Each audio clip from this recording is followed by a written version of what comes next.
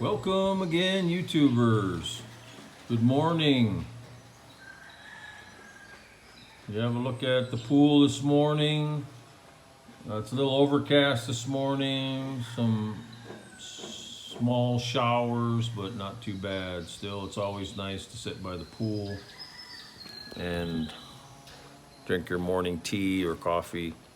That's my son over there. He's having his morning swim. He's hiding right now in the corner. There he is. He's having a good time swimming in a pool.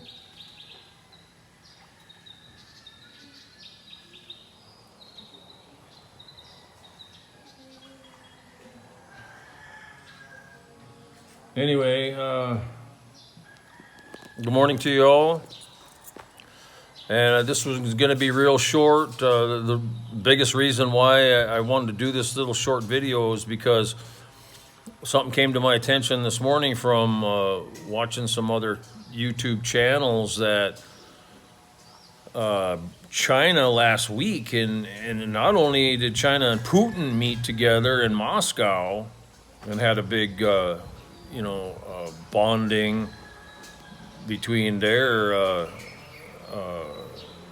relationship of their two countries and all the economic and military things they're doing to support each other on that against the West. Also, China last week brokered a peace deal, first time ever, between Saudi Arabia, the Shiites, and the Sunnis, and which is with Iran. Saudi Arabia and Iran, two mortal enemy sects of Muslims, the Sunnis and the Shiites, now united together in a common relationship of unity against the West. Unbelievable. That is big. That's epic. That is crazy epic right now. No wonder the U.S. State Department and military and Israel are freaking out. That's a major development in world history right there. And do you hear about it on the mainstream media? Nothing. Not a thing. And that just proves to you right there that the propaganda and the lies and misinformation coming out of the Western countries is just crazy. Crazy. I found out, I talked about it in another video, how many military bases the United States has around the world. And I thought it was in the hundreds and maybe 1,000. And I found out from watching another video yesterday, 754 U.S. military bases around the world. 754. What in God's name are we doing? I mean, that's what I mean. Since 1963, the U.S. government has been controlled by an evil cabal when they shot and assassinated JFK, John F. Kennedy, in 1963, and they have never looked back. The evil cabal has controlled the U.S. government since that time. There's no doubt about it. And we've been duped and deceived, and no wonder my spirit, my soul has been screaming, get out, for years, because it's such a point right now that it's never going to be able to be changed. I mean, I shouldn't say never for sure, but if Trump, when he was in there, would have made massive and major changes to get rid of the swamp, the deep state within the government, but he never did. He tried to just ease into it, and he got fought left and right. The whole media was against him, everything. And now he's saying, oh, if I get reelected, this time I'm gonna get rid of the deep state for good. Well, you didn't do a very good job the first time. Yeah, that's what needs to be done, but we need action, not words. And the action should have happened within a year or two of Kennedy's assassination. I mean, even Eisenhower, when his farewell speech, you can look it up. President Eisenhower, he was the supreme commander during World War II, and then afterwards he became the president of the United States. He, in his farewell speech, said that the military-industrial complex and intelligence agencies within the United States is the most dangerous threat against America than there's ever been in our 200 years, almost 200 years of existence back then. And he was right. He was dead right. And it just makes me boil and sad at the same time, all that have transpired since then. And what have we have?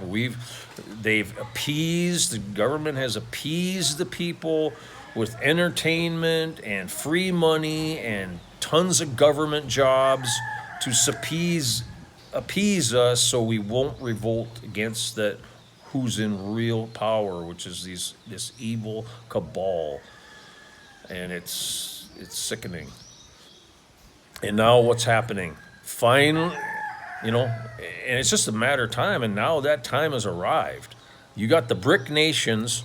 BRIC stands for Brazil, Russia, India, China, and South Africa. And now who's joined that group is Iran, Saudi Arabia, Turkey, now Mexico. There's there's several other countries applying right now to get in on the economic charter of the BRIC nations. They've got away from the SWIFT system. They've created their own money transfer system. They are a gold and silver based commodity backed. It hasn't been fully implemented on that yet, but that is what they're moving toward next is commodity-backed currency. So you can go to a bank, turn in your paper money, and get gold or silver back. That's what's coming. You look at it. The central banks, even around the world, even on the western side, are loading up on gold as fast as they ever have in the history of central banks right now.